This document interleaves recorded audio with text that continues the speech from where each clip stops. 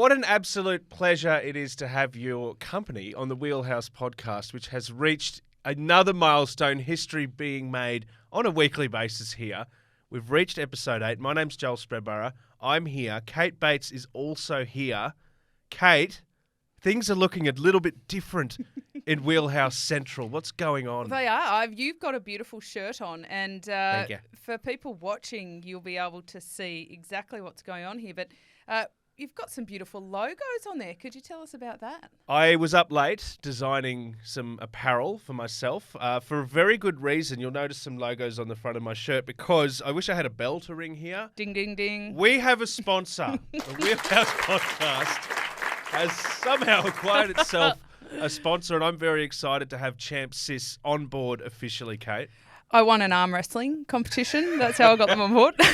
No, look, they are my go-to brand for cycling clothing. So they do Parramatta cycling jerseys. So there's a legitimate reason my jersey has been on set, and also Chicks Who Ride Bikes. But they do custom clothing. They've been doing it for over 15 years, everything from beginners to Tour de France level. So you'll be catered for on your full cycling journey, Joel. It's so good to hear. I believe you've been making some merchandise as well. I have. Look, they do design in there. Okay. But I thought, why tie them up? Yeah. Because I've got pretty good design skills. So I've made this beautiful cap for you with some logos on the front of it. Oh, good. I think it's really nice. That's for you, Joel. Thank you.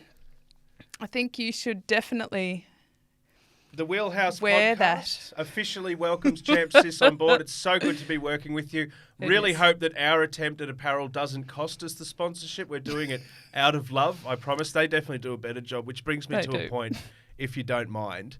I've been doing a lot of riding of late. Now, I'm slowly upgrading things here, there and everywhere. Still wearing shorts, though. I'm going to cut to the chase here, Kate. A bit of a sore bum. Bit of Ben O'Connor-itis. As it happens. No need to be embarrassed. It happens to the best of us. That is what the chamois is for. Or as some people call it, the chamois. Or do you remember the old car cleaning implement, that's what the they're for. ShamWow? Are you talking about, I'm going to wash the car, I'm going to wipe it down with the chamois, then I'm just going to, that's better. It doesn't hurt anymore. No, it's custom built to your boutiere.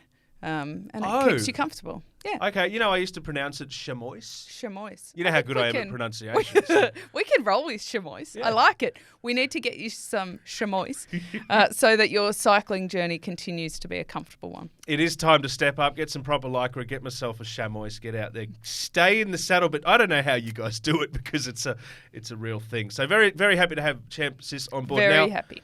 The good times keep rolling in episode 8 because we have an extremely special guest coming in a little bit later. I don't want to give too much away. This person might be an Olympic and world champion, might have won stages in all of the Grand Tours. I'm not saying who it is, but I'm just saying they're here. They may have a fondness for the Parramatta jersey too. I'll have to ask. This is why I'm never allowed to bring any of my Brisbane apparel in. I get it now. You guys are ganging up. I know. I mean, we're on hallowed Broncos land, but alas. Yeah, don't worry about them. They're dead to me. Good luck to them next year. Really excited. We'll reveal a little bit later on who is here to join us and talk about Wollongong, talk about selections and the intricate puzzle. Can say it's not a robot. It is not, although there has been a bit on social media this week about perhaps robots being better at selecting teams than the selectors are. So, wow. Okay. Cutting. Okay. Nasty. Okay. As you know, mountain biking, I love mountain biking. I think you're pretty fond of it too. Let's go to Legettes and have a look at the Mountain Biking World Championships, have a chat about it, I should say, because stunning pictures over there. They were literally hanging from the rooftops when they achieved a clean sweep in the men's downhill, Loic Brunick winning and sending the crowd wild. But the course, Kate. Oh, look, there are so many people on the hillside watching and the crowd is so thick, Joel, they were on rooftops. The Alpine rooftops, it's a ski village, of course, is where they most often have the mountain biking. And the French clean sweep the podium. And I also have to say, and you do have to jump on socials and check this out because it is insane just how setting crazy. Off flares, I breaching know. through the barriers. It's crazy. But Brunick, he wore white strides while racing. down the mountain, down dirt. I'm fascinated. Is he sponsored by Nappy Sand, Joel? How did he make it work? We should send him a note. A, come on the Wheelhouse. B, how do you keep your whites so shiny white? Yes, exactly. Yeah. And look, Aussie Troy Bosnan, he got 4th. He's been 7 times on the podium, not yet a gold medal winner. You know what broke my heart? Sitting on that, they had to sit on the little throne Yes. when they're leading, and suddenly it's like, oh, your time's been knocked off, It was at the death. He's on the podium, all of a sudden you just pipped 4th place, still an outstanding effort. And you know what I love? The solidarity, the riders, the support, the camaraderie. You'd know all about this. And I think with mountain biking in particular, because it's quite perilous, quite dangerous, there's almost a sort of, yay, we survived. You're right. Give me a cuddle. There are a lot of embraces afterwards. It seems very supportive. And actually, that's a good theory, that maybe they're just like really glad that they made it down in one piece. It's the death-defying code of mountain biking. If they make it down in one piece and their pants are white, winner. Like, you just can't go past that. Maybe that's where Troy Brosnan went wrong. Or his future's assured doing ads for bleaching, washing powders and those kind of things. How does Ronick do it? I mean, very quickly, I have to tell you this, Joel. You know, at the Tour de France, they have the caravan that goes in front. And it's a promotional caravan, so they toss out goodies to the crowd, little promo things. The strangest one I've seen is some gentlemen dancing, we could call it dancing, with poles, throwing out washing detergent. Oh. Yes. All right. Yeah, so cool. One for the ladies. A little bit bizarre, that one, but there you go. So my point, Joel, not just to bring up the male dancers, is to... God, how quickly can an episode get derailed? Bring me in for that one. No, it's to say that washing brands have already got their, they're in the door with cycling. Well, They're it's already interesting when you talk about so road racing, one. though. But like in mountain biking, it's like, it's muddy. It's dirty business. You see Stacks, speaking of your mate, one of your many mates, Peter Sagan, is there. I was so excited to hear about this. How good for the sport. How exciting. Peter Sagan going to the Mountain Biking World Championships. How did he go? Not so good. He went down pretty hard, not well. He had a couple of stacks through the rock garden, little bit of an average performance, Joel. I actually wrote in my notes, crap. I think that might be a little bit mean, but I stand by it. Not the best. No, look, he has very, very good skills for a road rider. So on the road, he just wows with his wheelies and everybody thinks it's just sensational, and it is. Yeah. But compared to the mountain bikers and what's required on a mountain bike, he's not quite up to scratch. But we're talking about him, so I think that's what I mean. Specialised, Yeah. they did a great thing here. They win. If it wasn't about getting a result, I guess, it was about...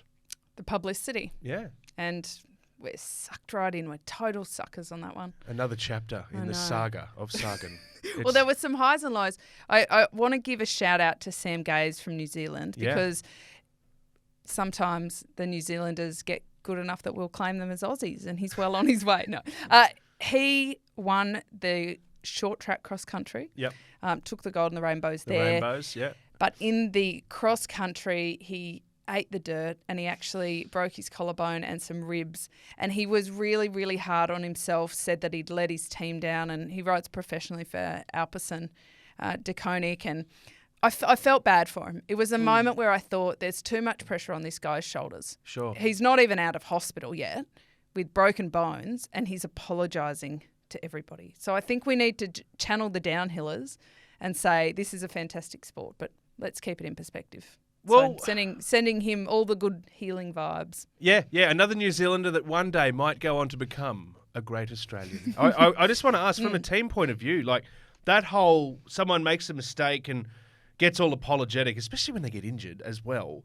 Is it kind of a sense of, damn right, you should be sorry? Or is it a bit of, come on, ride or die, guys, we're all in this together? What happens inside the walls in these? Yeah, it's a good question because I think there's a couple of elements to it. If somebody really stuffs up, like for example in a lead out or something like that, then they deserve a bit of criticism because while we're only human, they're being paid a lot to do a job. And, but things go wrong, can go wrong, and that's the thrill and spill and excitement of it. So if you fall, I don't think that should be criticised. Yeah. There are a few exceptions where people bring themselves down and it's just a mistake. But again, nobody wants to fall. So they're not consciously choosing to do it, versus, I mean, it's the old kind of lay down Sally talk. Do you remember Sally Robbins? Yes. Who lay down in the rowboat at the Olympics, stopped paddling, cost the team a medal. That was very heavily criticised, and it created a lot of debate around it. That's more of a conscious choice to stop. This, I think, falling off, it's a different bag altogether. What if it's Peter Sagan popping a no-footed mono and coming off the bike? Is it like, stop, just show it off? Yeah. I don't know, though. Almost for him, that makes him more infamous. Yeah. But it's, I mean, like highs and lows, right? Because the other thing we saw is Nino Schurter took out the men's cross country. Such a fan of this guy. He's unbelievable. It was his 10th title, Joel, and it finished in a sprint finish for him. And the Swiss rider, on a mountain bike, he actually looks quite tall. I was a little bit shocked when I met him in person for the first time. And not only is he tiny, but he has no hair. So it was completely different to what I had imagined watching him race. Yeah, okay. Anyway, sidestep to his victory and his glory. But he is just an unbelievable athlete. He has these fantastic videos out on YouTube where he works a lot on his stability. So he does the most marvellous things on a Swiss ball. Really fine-tuning all those 1%ers. Yeah. That's why he's won 10 times. 10 times, He's just all over the details. And over on the women's side, Pauline Ferrand-Prévot, she also won for the 4th time. Wow. So we're seeing a lot of these riders with incredible life cycles through the sport because it's not, mountain biking is so much more than just lungs. It's skills, it is stability, it's maintenance. And the ones that are really, really dedicated to it, they're the ones we see keep winning. I mean, Troy Brosnan may have been 7th in the downhill, 4th in the downhill, pardon me, but he's been on the podium 7 times. Yeah. So it's cool. I love mountain biking. It's awesome. I'm terrible at it, but I love watching it and I love participating in it. A herd of goats. Yes, the local hospital is always on call when I get on my mountain bike. Yeah. But well, like you said, a pop, not only a collarbone and ribs. He'll be back. He'll be back. Don't worry. Let's go to Spain on the Wheelhouse podcast. I'm Joel Spreadborough. Kate Bates is present as well. We were talking about Aussies. We're always talking about Aussies, of course, Aussie Watch. And I think we asked the question, where's Caden recently? Found him during the week. Yeah, he made himself known. Didn't he? Turned up late to class, but came right to the front. Caden, if you're in the peloton, please present to the front. And didn't he just do that? He did. He had a sensational win on stage 10, I think it was. What was so remarkable for me was an incredible lead out from the Aussie Bike Exchange guys. We talk a lot about Mark Cavendish's success because of his lead out. Yeah. We're starting to see a similar thing emerging in some other teams, but particularly over at Bike Exchange, where his lead out in particular was Luke Durbridge, Michael Hepburn and Kel O'Brien. Wow. What they all have in common, Joel, is they're all track world champions in the team's pursuit and Olympians, medalists in the team's pursuit. Yeah. Not bad, right? And the way that they did it was actually quite different to what you'd see in a normal lead out because Kel O'Brien actually laid off the wheel in front of him, one of the Alpecin riders doing a lead out for Tim Merlier. He laid off and gave a bit of distance and took a run at him for the lead out. It's something we see on the track all the time. Yeah. In fact, they say on the track you never sit right on a wheel because you're too beholden then to the movement in front of you. Yeah. And it kind of befuddled me that this is such a new concept on the road. After so many years that it was being talked about so much, made me kind of remember that's like the magnificence of what these track riders can bring. Yeah. But if they spend too long on the road, they almost forget that and stop doing it. So Bike Exchange had this incredible opportunity. Also pretty interesting, Joel, Caden Groves is leaving. So he's heading to Alpecin de Koning next year. Big victory for him to do it with his mates. And so I think it's actually what for him was this great new opportunity, maybe tinted with a little bit of sadness. And also, is there an element that. of I wish I'd signed the deal after I'd won the stage in Spain? I'm talking about income-wise. Well, kind of thing. for the sprinters, they have definitely a different income trajectory than a lot of the other riders. Yeah. Like, for example, Richard Carapaz, who also had a win at the Vuelta, when he spectacularly left Movistar after winning the Giro, he was pretty much on minimum wage. Wow. Right? A sprinter like Caden Groves, he's nowhere near minimum wage, let me tell you that, because they see a lot of victories ahead. Well, and it's worth getting that talent. So I don't think that's a big consideration. But from a morale perspective, I'm glad that he had his first Grand Tour victory with the Aussies. It's huge. Yeah. It's huge. Aussie. We were speaking the other week about bike exchanges de-Aussifying, but you get a little bit of green and gold pride. I think so. Yeah, and we'll put it on our socials as well. There's a truly horrendous video, Joel, of the bike exchange fellas in very good spirits singing, good. I Won't Back Down. So, look, we had a little bit of a choir happening here on episode 7. Yes. I think that we would probably finish higher in the rankings than these lads, but really? you can decide for yourself. We will put it on our Instagram and you can decide for yourself. Are you saying if there was a competition that we wouldn't back down? That's right. Okay. Let's move bring on. it on. Okay. Moving along. So names we have been talking about a lot, obviously, Jai Hindley, Ben O'Connor. Very quickly, what have you made of their work so far? Look, they've probably been a bit underwhelming for the expectation on their shoulders. But I think that expectation might be a bit unfair. We all get caught up in wanting to see our riders perform, or not like circus monkeys, but almost. Like you put them on a bike and we know what they're capable of, so we expect them to come up with the goods. It hasn't been a great week for Jai. He's a little bit off in terms of his punch, and he's just losing a little bit of time on the climbs. Not a great deal, but over the space of 21 days, it will add up to a very significant amount. I mean, well and truly he's out of contention for the GC now. Ben O'Connor, he had a really great time trial in the middle of the Vuelta. I still reckon he's got something left. But he does keep losing time on the climb. So I'm wondering if maybe he'll go for a stage toward the end and they won't chase him like he's a GC competitor. But, there's still bigger fish to fry. Of course. They've got to keep perspective. It's the thing that's really interesting about this season that hasn't happened before, and we've touched on it, and we can talk to our special guest about it later too. I nearly said their name there. Yeah. Is the relegation battle. So some of the teams are staring down the barrel of losing World Tour status. Yeah. And this is having massive effects on the peloton. One of the ways is that a lot of the riders aren't allowed to come to Wollongong, right? Their teams have said, no, we so desperately need your points, we're not even backing you to go. So we'll talk about that in more detail. But also I think on the morale of the riders, some of them are just exhausted from a long season, and normally the teams would say, no worries, wrap it up. Yeah.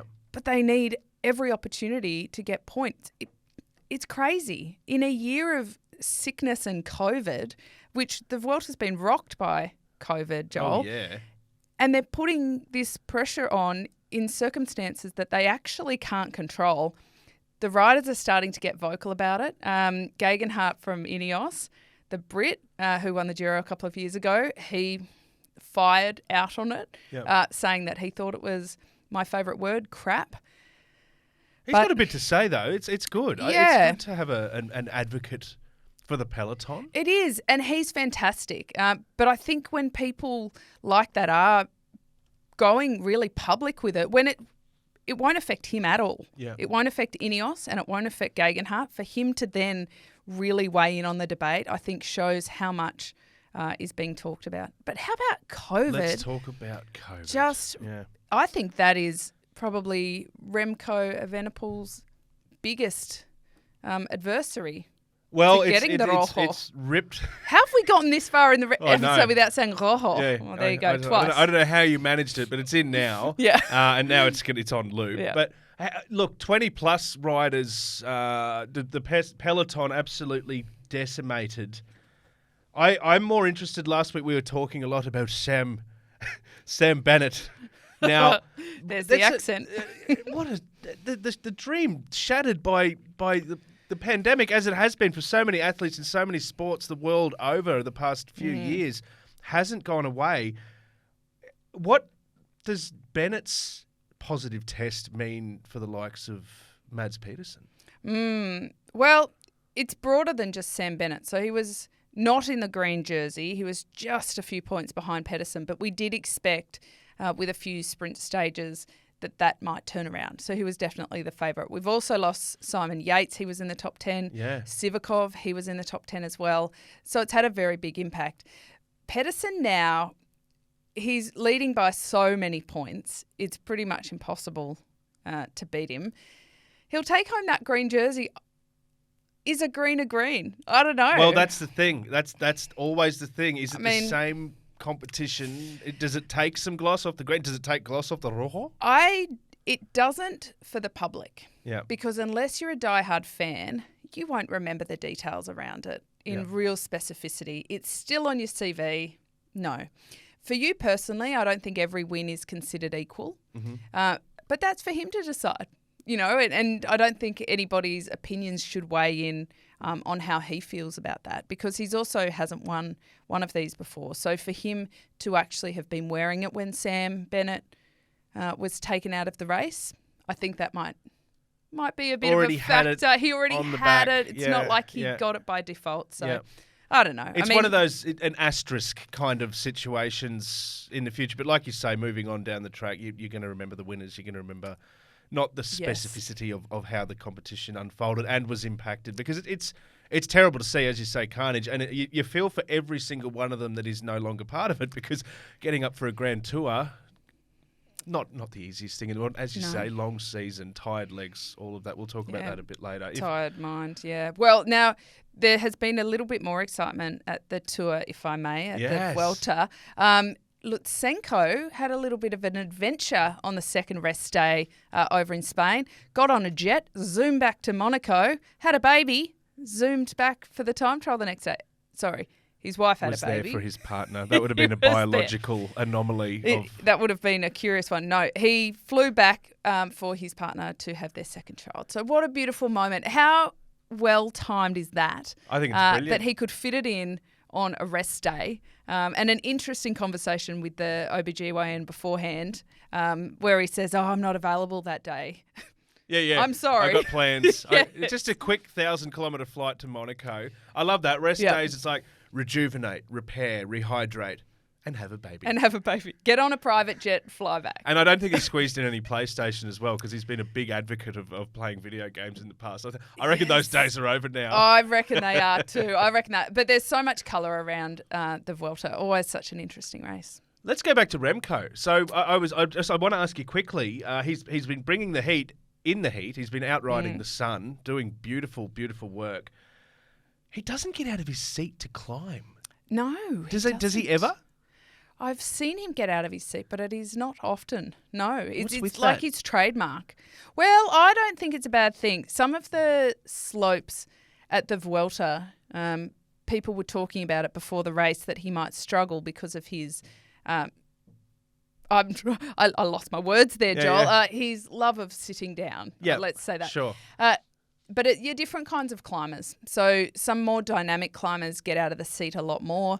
But there's a whole range of climbing styles. Some where they may be able to have little punchy attacks but need a bit of rest in the middle. Others that are more like diesel engines. That's what Remco is. But he can accelerate seated. So it's quite a skill, and it's also quite difficult to combat that because it's a very smooth and efficient way of delivering power. And if you can imagine when you're on your mountain bike, Joel, try it next time. When you get out of your seat, there's some benefits to it. You get a bit of blood flow. It might help with benconeitis, but it's more fatigue. Your heart rate will go up because you're using a lot more muscles. So if you have a really strong core like Remco has, it works. Remembering also he was a soccer player, an elite soccer player before he was a cyclist. They have got incredible core strength, and that is a very big skill for him. But Simon Yates, before he was out, was talking about how he got out of the saddle on some of the lower slopes of one of the climbs, and the back wheel was skidding because it's so steep that transfer of weight forward. So in many ways, it's a little bit of a secret weapon. An he doesn't have to advantage, worry about that. I tell you what, he'd be ripping through the chamois. You'd probably 3 to 1 for every other rider's chamois. Do you think we can connect Quick Step to Koenig with Champion Systems? Maybe. That could be like a good intro. Yeah. G'day, Remco. Wheelhouse here. Can we send you a chamois? I mean, given that, I got this in an arm wrestle, I didn't go through the commission details or anything. We might have to nut that out, We'll hey? send him a shirt as well with the pasted on logos. I want to ask quickly, 3 weeks, long time. He has spoken about sore legs as well. Can he sustain what we've seen so far? I think his legs can. My concern for him now is his kind of tour bestie, Alaphilippe, is out. He had a stack, and it was quite an innocuous one, actually. One of the ones you'd expect him to bounce back up. He didn't bounce back up. Looks like he popped his shoulder out. Yep. So that he commented in his post-race interview about that, like that had really taken the shine off the day. That, to me, we might look back at this as a turning point for him psychologically, to not have that support in the peloton. But there's a lot of teams that are down a lot of guys, and it's getting, I think, psychologically pretty tough on everybody out there. So I hope for Remco that he can rally, because he's got the legs, and he's certainly had so much pressure on him in the past. Yeah. And I don't even know if I'm a fan of his yet. Like I'm not decided on whether I like his style of riding. Yeah. But I respect the heck out of the process and what he's doing. So he's looking as good as he possibly can, I Imagine think. the scenes in his home country, because it's he broke quite a drought with his first stage victory. I think it was 1979. Since the last, pretty impressive, isn't it? It's incredible. Yeah. Good luck I mean, to him. I Good luck to him. reckon we've got in studio here, Joel has cut out a beautiful photo of my head. I reckon people are going to be doing this with Remco. Yeah. Making little masks. In the streets. A tick-attack parade. Maybe a jet escort. Maybe. It's happened before. Borrow Lutsenko's jet for the day. Now, when I came into cycling on the Wheelhouse podcast, my name's Joel Spreadbury. Kate Bates is present as well. When I first came into the sport, Julian Alaphilippe popped out to me. He was the reigning world champion, taking his hands off the handlebars, undoing a button or two on the climbs, just not caring and just doing it so easily. And I was really looking forward to seeing him in Wollongong, but that's been cast into some doubt thanks to a bit of a pop of the old Rocky Boulder, Kate Bates. In doubt, but not out. Not out. Oh, Joel? there you go. Brilliant. We don't know. Wait and see. Sometimes a dislocated shoulder heals reasonably quickly. Matthew Hayman broke his collarbone before he went on to win Paris-Roubaix because he spent that whole time on the indoor trainer just really specifically training. Yeah. So at this stage of year, and you were JA talking can about do it. Well, you were talking about the length of the season, fatigue, and all that. Is there a tipping point where you're just like, you know what? Not for I'm him. done. He's You been wouldn't out think for so. half of the season. Yeah, He's okay. barely raced. So Yeah. he's come back for the Vuelta. It'll just be whether he's race fit enough. Yeah. Because I think he was using the Vuelta to ride into form. Whether he's there or not, I guess Depends we'll see. if he's ginger Yes, or not. exactly. If he's too ginger, we'll Yes. see. Now let's have a look at the ladies. The Simac Ladies Tour. There's a Vuelta coming up. In the meantime, they've been racing in Holland. Now this is a race that you've got a degree of familiarity with. Kate Yes, Bates. I believe I rode a solid 10. Actually, it might have been more like a baker's dozen. It was back then. It was called the Holland Ladies Tour, and the only thing that is sure in the Holland Ladies Tour is that there is a lot of wind and there will be a lot of sprints. They do go down to the semi-lumpy part of the Netherlands, down in Valkenburg, but predominantly you're like dikes and bridges and every crosswind you can imagine, wind from every direction. And you often finish with small bunches in sprints, but really whittled down. Lorena Vibes, my mate. Your mate Vibes. I really hope I can meet her one day and freak her out by saying, hey, we're mates. Hey, mate. In her new European champion jersey, she won the first two stages, and in a very beautiful tribute to her teammate, Charlotte Kool, who I believe is the best lead-out woman in the sport at the moment. She actually led Charlotte out for the third stage. So Kool won at the third stage. Weebers got second. Beautiful lead out. Weebers, of course, is on the move next year. And so that partnership will end, but of course Maeve Plouffe will be there with Charlotta Cool. So, yeah, good scenes, Joel. I mean, Wee Bears continues, and she has won more professional races this year than any other athlete, male or female. She's on the top of the chart quite significantly. I think after these 2 wins, she'd be at 9, maybe 23 wins. I'll have to check that one, but she just keeps winning more. It's hard to keep up. Yeah, but, if you don't mind. Yes. She's the most winningest. Yes, the most winning. Now, we haven't settled. This is like a little promo here, Joel. We haven't settled on the name of our awards show yet, but we're doing it, people. Yeah. We are going to have a best of, worst of. Yeah. I'll put it out there early. She's going to be pretty hard to beat for the best of. For the best of. Oh, she's an absolute rock star. I think it's just like heavy metal. She's riding, she's like dig, dig, dig, dig, dig, dig, dig, dig. And based on the celebration she did over the line with her arms in the air. Yeah. Those arms, a lot of strength in them. I'm not arm wrestling her. I'm just we need not leave that sponsors, to Kate. You, How else Joel. are we going to get sponsors? Looks You've like got to get the PSN's off pythons the out. table. Come on. Like beautiful work over there. Couple of wins and some lovely scenes as well. But I got to ask you, as far as it's not taking any gloss off her win, but where was Ellen Van Dyke? Yes, where is Ellen Van Dyke? Do you remember the video game where is Carmen Santiago? Yes, of course. That's kind of the territory. They made a we're series in of that they too, by did. the way. Yeah. I'm sure it's still a video game in some form. Ellen Van Dyke, she's the reigning world time trial champion. She lost her European title to Marlon Roos. At that point, she said, "I'll see you in Wollongong." Ooh. I made that sound up, but I'm sure she would have done that. And she is so keen on defending her world title that it is all roads now to Wollongong. So she is not doing the Holland Ladies Tour or Simac Women's Tour, which normally would be right up in her wheelhouse. Oh. That's it. So she is just preparing for Wollongong. Very laser focus. It's exciting. Kate, I'm so glad you brought up Ellen Van Dyke because I think the worlds are dominating the conscious and the subconscious of the cycling world at the moment. And on that note, segue alert, I'm delighted to introduce this episode's very, very special guest, mentioned Olympic world champion, wearer of many, many jerseys, Mayo John Rojo in there as well, I believe. Stage winner in all 3 Grand Tours and the former Aussie national men's road coach. It is a very warm Wheelhouse welcome to Brad McGee.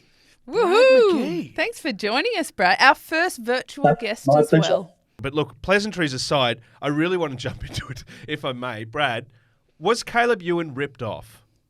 I'm a big Caleb fan, so I've known Caleb since he was smaller than he is now. It was possible. Watched him come through, coached him for a little time, handed that over when I became national coach. My philosophy being you can't coach an athlete and be part of the selection committee in any way. So I handed him over to Kevin Poulton, who took him to the great heights that we've got to know and cheer him on for. So, look, I am a bit biased, but yes, he was ripped off. Well, why wasn't he selected then? I mean, if literally it's in his backyard, Brad, I, to a degree, would have thought that they'd design a course around him to really show off the region and the region's athletes.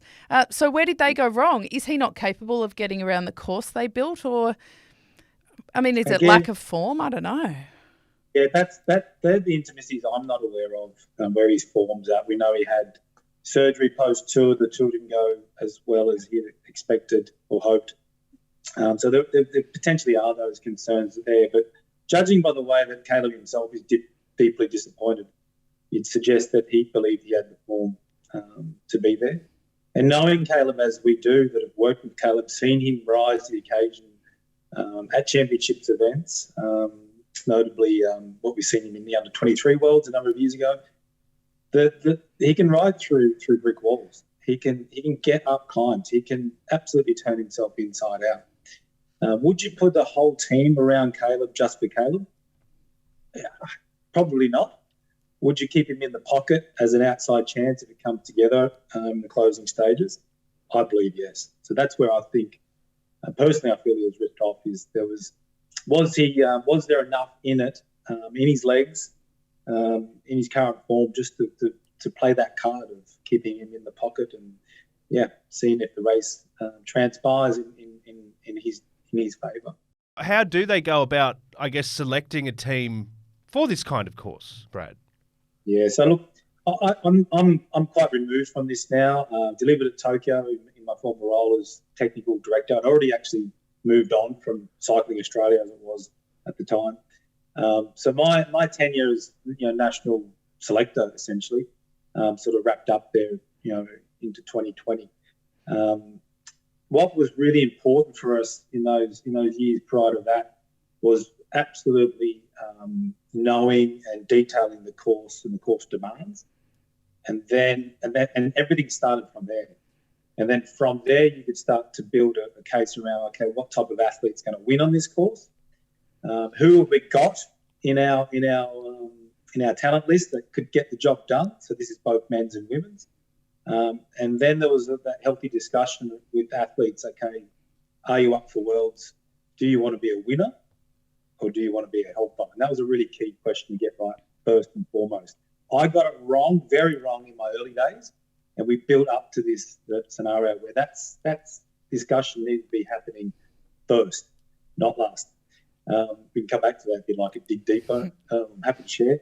And then you need to make sure the criteria is in line with selecting the right people for that winning role. And then you can go and talk about who do you need as far as teammates to support that winner getting the job done. So it all comes back down to knowledge of that course and the intimacy of the course. And if you want to go back there, Kate, I truly believe that Caleb could get around this course. Caleb could definitely get back on after Kira, and then the short kicker, which will be very demanding, I think was well within his capacity. So if you like, I would argue that the course was designed for Caleb, but maybe there's been something missed in translation there. Yeah, I mean, it is a beautiful course, and we have to say that from the remote start down over the Sea Bridge, I mean, you live down that way now, Brad, albeit a little bit inland. You've got to go up another mountain to get to you. But pop down the coastline every now and then. Yeah. Brad's going to be riding there every day just to drop will. in. Yeah, we'll see him on the beach, probably in the helicopter shot. No, it's a beautiful course, and regardless of any selection decisions, it will still be a remarkable race. But I'm really curious, Brad, around the way they're choosing teams. Like, what are the inputs into it? Because there's been a whole lot of talk about the use of data analytics. How much does that play a role in selecting the riders? Do they have to send their data in? Do the coaches and management know what their 15-second, 15-minute, like every piece of PBs that they have? Does that come into play? So I'm not sure what was taken on board for this event, and potentially because it lacked any clear defining component of the course that was really going to influence the type of athlete you could select. So, for example, we go back to Innsbruck a few years ago. There was a clear climb at the end of the men's road race in particular that if you didn't have the watts per kilo that you could deliver at the end of a 6.5 hour ride, then forget it. No matter how good a person you are, how good in teamwork you are, how experienced you are, if you didn't have that physicality, forget it. Just scratch off the list of selectables. Whereas in a course like here, it's a little bit more open to interpretation, and maybe you need to rely a bit more on your teamwork ability, your ability to absorb a strategy and apply it with the changing circumstances of a road race, etc. So they're harder things to actually select on. But what you can still do is ascertain what are the basics. How long's the race, how much kilojoules you're going to expend. There still are some data points you can acknowledge, and then in particular, just like you said, Kate, you can actually ask the athletes that have got their hand up for selection to supply that. You could create trials. They're a bit hard to do. I think these days in the modern world, the way the professional teams are run, the data is reliable, because those pro teams are actually using it themselves to make their own internal selection decisions for the major events. So receiving data from an athlete, you wouldn't rely on one data set. You rely on a few, which creates an image or paints a picture or creates a theme. and therefore you could acknowledge that athletes have got the basic physical requirements to get through and have impact on the race and in particular roles. Brad, for Joel's purpose, he's a new bike rider. In fact, we were just talking about how he needs to really embrace wearing a chamois and not just shorts on the bike. Still in shorts, not quite at lycra yet. And I thought chamois were to wipe down the car, but apparently not. So they're going to be embraced. If it helps in any way, I'm at the other end of the stick now, where sometimes I need to wear 2 pairs of shorts. So far removed, but you can still have the ability to ride far, and those long charity rides these days. I need that extra support. So. Yeah, well, we refer to it in here as Ben Connor-itis after his withdrawal from the tour with a sore glute. But you mentioned in selection and data how many kilojoules it takes, like energy expenditure. So just for our cycling newbies, Brad, how much are we talking in an elite men's road race? Like if we break it down into bananas or Mars bars, what's your favourite? Or potatoes, I don't know what your favourite is. Let's go bananas. Joel. Bananas. Yeah. How many bananas are we talking for this kind of course? Trees, farms. I'm not sure. A plantation. Yep. The ability to take on board kilojoules during the event is a big requirement. You actually need to be well trained, and this is the kicker with championship racing, classic racing. Worlds is on another level again because of all the stresses and strains. Unfamiliar territory, new teammates, potentially different staff. All those stresses all meant your cortisol, which just burns kilojoules. So I wouldn't take it dollar for dollar. Like what's the estimated kilojoule burn for this championship event? You've got to factor in all those other stresses as well.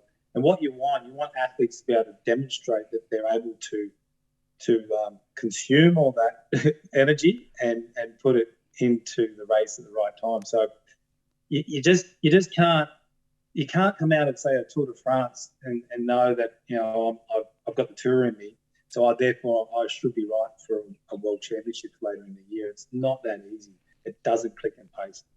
How much do you factor in the home world championships aspect of it? Mm-hmm. When we're talking about the Aussies and you're talking about the stress, the pressure, the adrenaline, what about the excitement and also like just the build up to actually being part of it and then actually being there on the day? How much does that play a role in knowing if the athletes are going to be up for it and capable? Tough one, isn't it? Because how many of our athletes have actually experienced that? It can go either way, like we know with athletes and staff in that performance arena. That positive mindset is absolutely key to turn that into a real dynamo, a real energy giver. But it could just as easily go the other way. That'd be a tough one to make a call on. Like I said, I can't think of too many athletes who have actually had that occurrence. Is there anyone still left from Melbourne? I'm sure Michael Matthews. He's our one. And Amanda Spratt, it was her first Elite World Championship in Spratty Geelong Blue as well. Shoes. Spratty Blue Shoes. Wow. Yes. Wow. And look, Brad, you did pretty well yourself at your home Olympic Games. From memory, broke your collarbone a couple of weeks out and still managed to get on the podium there. So I reckon that boosted a little bit. It's fascinating. I was a young girl in the crowd cheering my heart out. Yes. How good was that? Yeah. Waving your Parramatta jersey proudly. I was. Signed my jersey. I reckon our whole club was in the velodrome that night, just quietly. Rowan Dennis is not doing the time trial, Brad. He's opted to go to his brother's wedding. How dare he? In Germany. I know, seriously. I highly respect putting family first because when you're a professional, you're away from family for so long, right, Brad? It would have been a tough decision for him, though, with the home worlds. Does that really dent the Australian chances for the time trial? Do you expect anybody to be able to step up into real contention in lieu of him? Well, I mean, it opens up opportunity. Will that opportunity deliver results here now? Probably not, but definitely in years to come. If you track Rowan's development himself, it took him years to become a podium contender. Many failed attempts for different reasons. and crashes and punches and poor pacing and poor coaching, all that until you get it right and you create that package that athlete responds to. Well, it's interesting. You're very humble, Brad. You say like poor coaching and you point out any of your mistakes. In football, as we know, the coaches go first if the athletes underperform. But in cycling, it's very rare to get your kind of character where you actually put your hand up and say, I made some mistakes. I think the Aussie system misses you, mate. Like, that's a really important part of it, isn't it? I think it's there. I think in hindsight it's easier to sit here now, but I am quite proud about some of the big mistakes I made early as a national team coach, selector. And I channeled that at the time to create change in myself, in the criteria, in the processes we had. And I think that was probably something, my role now as I'm assisting coaches in their coaching practice is to recognise the power in that humility and that vulnerability, and channel it to create change. Something that I eventually got right, I feel, in some regards. And the quicker we can move in that direction, the quicker we get that change, get the positive outcome we want.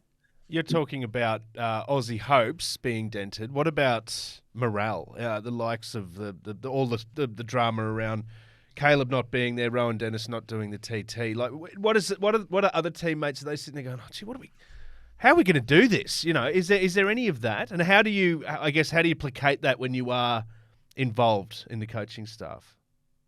Yeah, I've got no concerns there. If you look at the calibre of athletes that have been selected, the staff members that have been around this environment many times, that Aussie team is special. And yet there may be someone and some harvesting, some disappointment with certain athlete selection, but you can't. The essence remains in that Aussie team. It's been built up over years, if not decades. And that's why it's important to make sure you've got some of your, more experienced athletes, your Clarkies and your Spraddies now, that they maintain and hand that on. And what's really cool is that your under-23s and your juniors get to see that. And then they're ready to pick up the baton and bring that through. So I've got no concerns there. The morale will be right where it needs to be. I'm 100% faith that they'll turn it into a real positive energy being at home games. And, we'll see some great performances. There's some big names coming out, so it's exciting. But slight diversion here, Brad, but it's a puzzle that we cannot piece together. Where on earth is Mark Cavendish going for 2023? Yeah. Look, it took us a long time to figure out where Carapaz was going. That was bad enough. Where's Cav going? Why don't we know yet? No comment. No comment. Damn it. Does he have a team but they're just not talking about it, or what's going on? I am aware of certain things. I believe that's the truth, but I'm not going to go there. Okay, hold on. This is a game. Is he associated with a team that has a coffee? Look, I tried. Is he going to Parramatta? Could we make a bid for him? Could we? Could we get him on the Wheelhouse? Oh, this is getting interesting. This is I got to ask you. Arrangement. Yeah. Everyone's a selector. You hear a lot about robots. We call it a selector droid. We're workshopping that. I had you in my team. What's happening there? What's going on? What are they thinking? Yeah, everybody reckons they could do a better job. Everyone thinks they could do it. If I was selecting this team. Exactly. Put me in the hot seat, the scrutiny, the vitriol, the hype. Do you miss it, Brad? It's bloody tough. It is impossibly tough. And I don't think it's actually possible to get 100% right. What is that? At the end of the day, you're making judgment calls. You're trying to accumulate as much reliable data, and that includes, conversing with athletes. You'd be surprised how many athletes over the years just haven't wanted to be selected or part of national teams. Others, quite removed, would be outraged they're not selected, but not aware of the intricacies that actually wasn't on their agenda to start with. So there's things there. There's team fit, and again, if you are able to select around a given athlete, your winner, and the team fit is absolutely crucial. These races are often won and lost at the dinner table, not in the last 15K. Who's rooming with who? How you travel with each other. You know, just that team and that build is super crucial to get right and really difficult to put in a selection criteria. After you finish your Wheelhouse commitments, of course, because they're your first priority. But if your phone rings after that, you say, hello, Brad McGee speaking. G'day, Brad. We'd love you to come back. We'd love you to come back and do it all again. What do you say? Well, I won't answer that one, but while Rowan was looking at doing the World Championships, the TT, he'd asked me if I'd come along and support him. And so I've been working with Rowan and Rory Sutherland to deliver at Com Games. And my goal was, if Rowan was doing Worlds, that would get to a point where that connection with Rory is sustainable and they're happy to get on in the job. And I believe we would have been there. If you look how that performance was at Com Games, it was brilliant. What did that mean for me? I was finally going to be able to get in those beer tents at the finish line and watch the big thing. Brad, thank you so much for joining us. And we will be in Wollongong. The Wheelhouse will be there live, so we look forward to seeing you down there. I'll see you in the beer tent. In the beer tent. Thanks, Brad. Tell you what, Kate, my biggest question out of that is who would be a selector, honestly? Well, from the sounds of it, maybe a robot. Yeah. I mean, that might be a way to be a little bit arms-off. It's incredibly interesting, though, isn't it, Joel? Oh, it really There's is. so many elements to it. It's tougher to pick a cycling team than a state of origin team, I reckon. Oh, yeah. Well, the Australian cricket team, notoriously hard to pick. Yes. I Well, reckon- swimming do it well. Yeah. First three, and that's it. Yeah. Okay. Well, look, really interesting, amazing to have Brad McGee on the Wheelhouse podcast. Now, moving on, if we may, just a bit of some sad news during the week, a Vale moment, a bit of an obit moment. Sule Kanyangi passed away, the great Kenyan, Kate Bates. Yeah, now he was the team captain for Amani Cycling that comes out of Kenya, and their aim is to encourage and enable African cyclists to bridge the gap into the cycling peloton. He was a really well-known gravel racer, and very sadly he passed away in a race in Vermont. Yeah, gravel race, of course. In a gravel race, yeah. So, look, it's a pretty sad moment where a giant like him in the sport is taken too soon. He's left a very big footprint. Yeah. And the team has released a statement and said that although this is a devastating time, they're going to use what he started to continue to build a future for African cyclists. So we wish them the very best with that. And widely mourned in Kenya as well, all the way to the highest office in the country paying tribute after his death. But, you know, I know it's a cliche, but died doing what he loved and what he did best, and there's some poetry around that as well. So may he rest in peace. May he. He leaves a giant legacy in African cycling.